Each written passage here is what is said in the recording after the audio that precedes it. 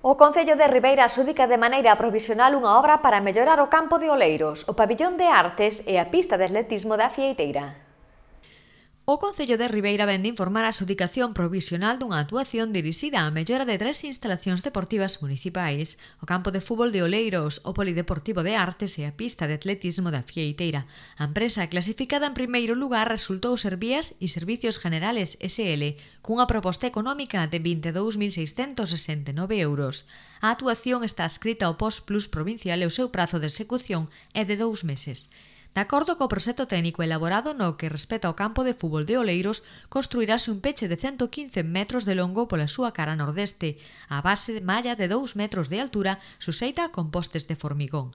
En canto ao polideportivo de artes, vaise procurar a súa impermeabilización a través da construción dunha rede de drenaxe perimetral que evite a aparición no interior de algunhas zonas húmidas en época de abundantes chuvias.